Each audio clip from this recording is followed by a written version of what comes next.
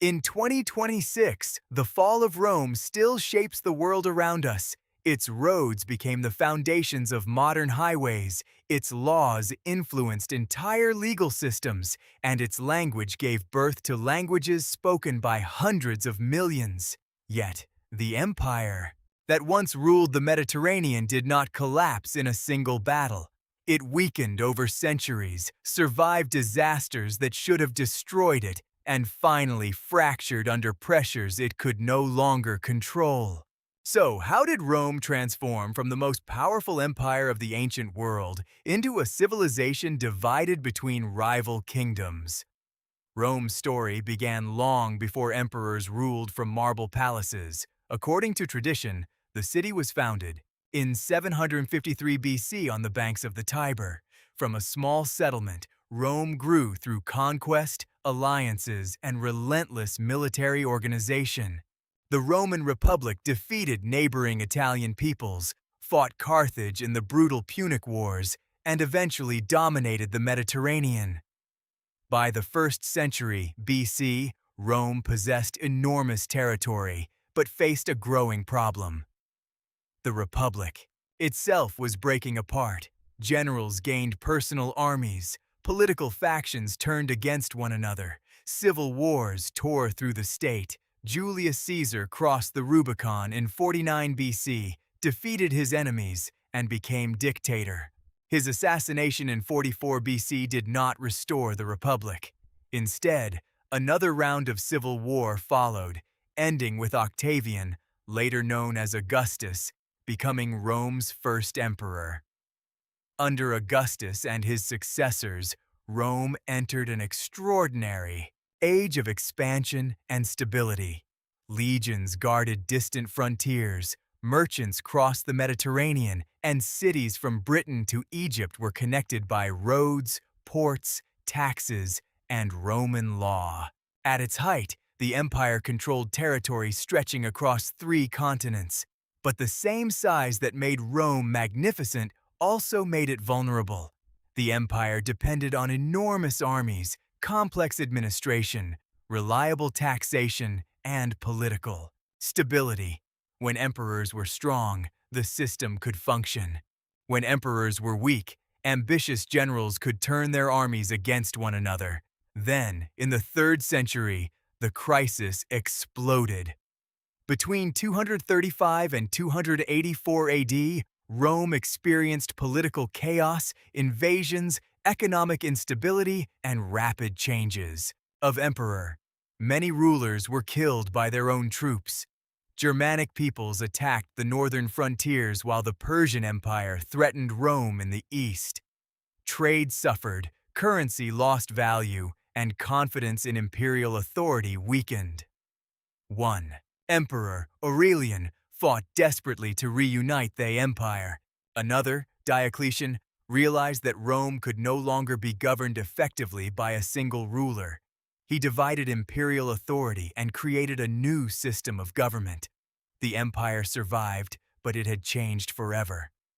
Then came Constantine. Constantine seized power after years of civil war and eventually became sole emperor.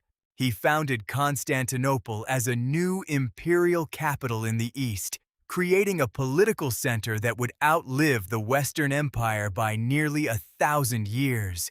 He also transformed the religious landscape of Rome by openly supporting Christianity. The empire was not yet dying. In many ways, it was adapting, but adaptation came with a price. As power shifted toward the eastern Mediterranean, the western provinces became increasingly difficult to defend.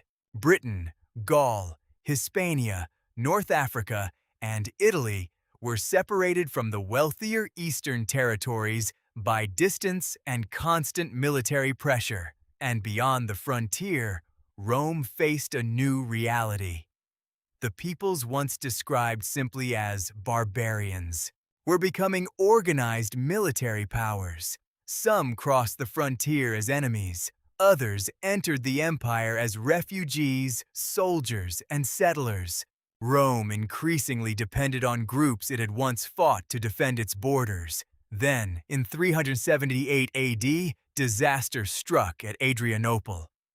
The Roman army met the Goths in battle, and the Romans suffered a catastrophic defeat. Emperor Valens was killed. Thousands of soldiers died. For the first time in generations, a major barbarian force had demonstrated that Rome's armies could be defeated on Roman soil. But the final collapse would come from an even more dangerous combination: external invasion and internal division. In 395 AD, Emperor Theodosius of Barnes died, and the empire was permanently divided between Eastern and Western courts. The Eastern Empire possessed wealthier cities, stronger tax revenues, and greater economic resources. The Western Empire inherited enormous military responsibilities with fewer resources to sustain them. The pressure intensified. In 410 AD, the Visigoths under Alaric entered Rome and sacked the city. For centuries, Rome had been almost untouchable. Now its streets were occupied by a foreign army. The psychological shock was enormous, but Rome still survived. The empire still had emperors, armies, administrators, and territories. The end hadn't yet arrived. Then came the Vandals, the collapse of Roman control in North Africa, and the loss of crucial tax revenues. In 455 AD, the Vandals sacked Rome again. By then, the Western Empire was no longer the unstoppable machine of earlier centuries. Its armies were fragmented. Its emperors were increasingly dependent on powerful generals. Provincial territories slipped away. Political authority became a struggle between commanders, court officials, and rival claimants. And in 476 AD, the final symbol of Western imperial rule disappeared. The Germanic military leader, Odoacer, deposed the young emperor Romulus Augustulus and sent the imperial insignia to Constantinople. The Western, Roman Empire had fallen. But was 476 really the moment Rome died?